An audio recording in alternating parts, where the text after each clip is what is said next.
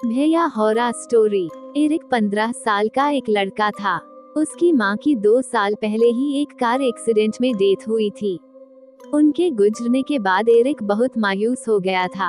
Eric के dad की night shift होने की वजह से वो उसके साथ ज्यादा वक्त नहीं गुजार पाते थे। एरिक ने धीरे धीरे अपने दोस्तों से भी बात करना बंद कर दिया था। एरिक अपनी क्लास में अकेला बैठकर बस अपनी किताब में ड्राइंग्स बनाता रहता था। पर एक दिन एरिक के साथ कुछ ऐसा हुआ जिसने उसकी जिंदगी बदल दी।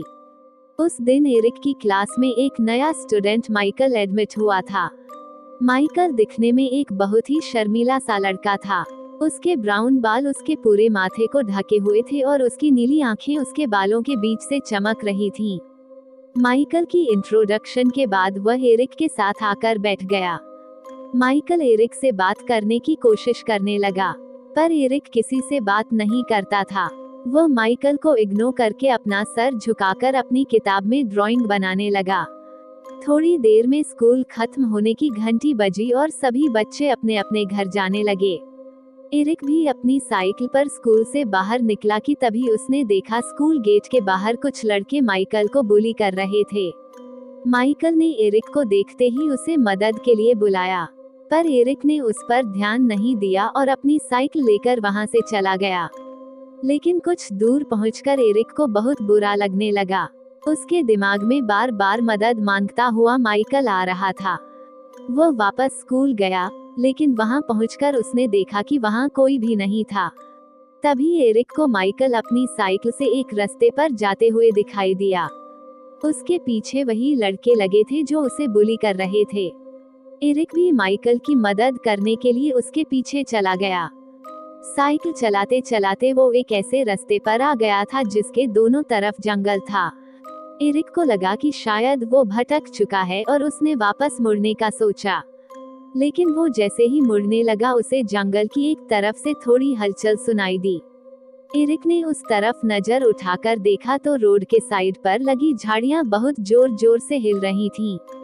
एरिक हिम्मत करके उन झाड़ियों के पास गया तो उसकी रूह कांप गई। उसने देखा कि एक बहुत ही भयानक दिखने वाला भेड़िया एक इंसान को नोच नोच कर खा रहा था।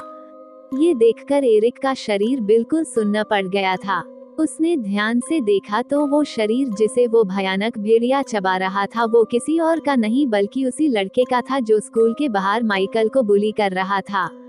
एरिक धीरे धीरे पीछे जाने लगा कि तभी उसका पैर नीचे पड़ी एक सूखी टहनी पर जा लगा जिससे एक जोर की आवाज हुई। उस आवाज को सुनते ही वो भेड़िया पीछे मुड़ा और सीधा एरिक के ऊपर झपट गया।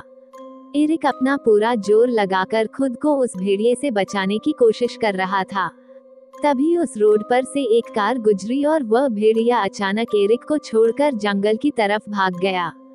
एरिक तुरंत खड़ा हुआ और घबराई हुई हालत में वहां से अपनी साइकिल लेकर भाग गया। उसने जल्दी से जाकर पुलिस को इन्फॉर्म किया और पुलिस को लेकर उसी जगह पर पहुंच गया।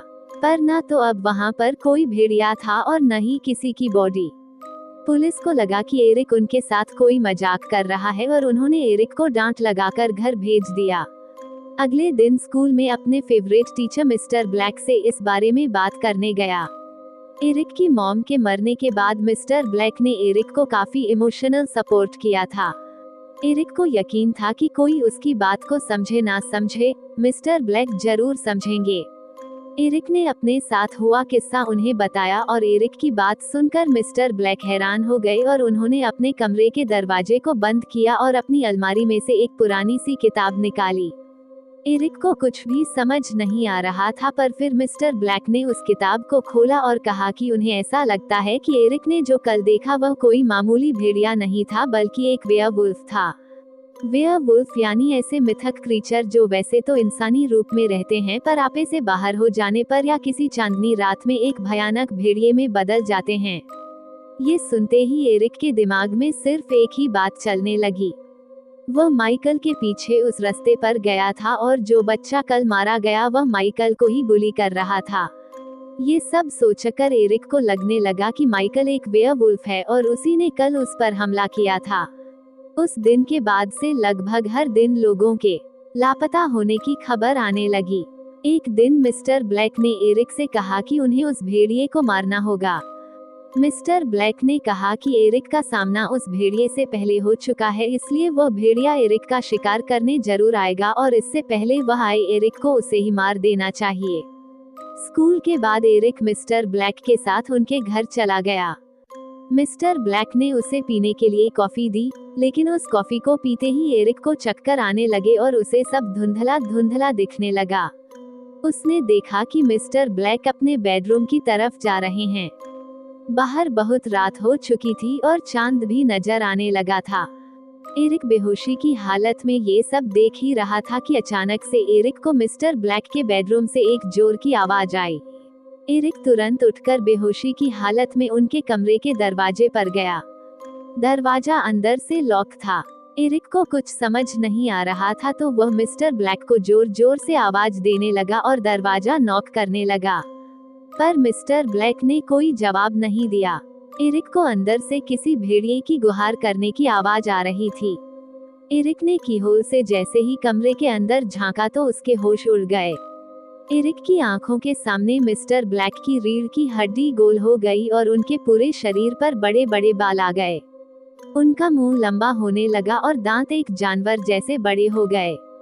कुछ ही सेकंड में मिस्टर ब्लैक उस खूंखार भेड़िए में बदल चुके थे। एरिक समझ गया था कि वो वेयरवुल्फ माइकल नहीं बल्कि मिस्टर ब्लैक ही थे। पर इससे पहले कि वह कुछ कर पाता, मिस्टर ब्लैक ने दरवाजा तोड़ते हुए एरिक पर हमला कर दिया। वो एरिक को नोचने लगे और एरिक दर्द में अपना हाथ इधर उधर मार रहा था कि तभी उसके हाथ में मिस्टर ब्लैक का लाइटर आ गया।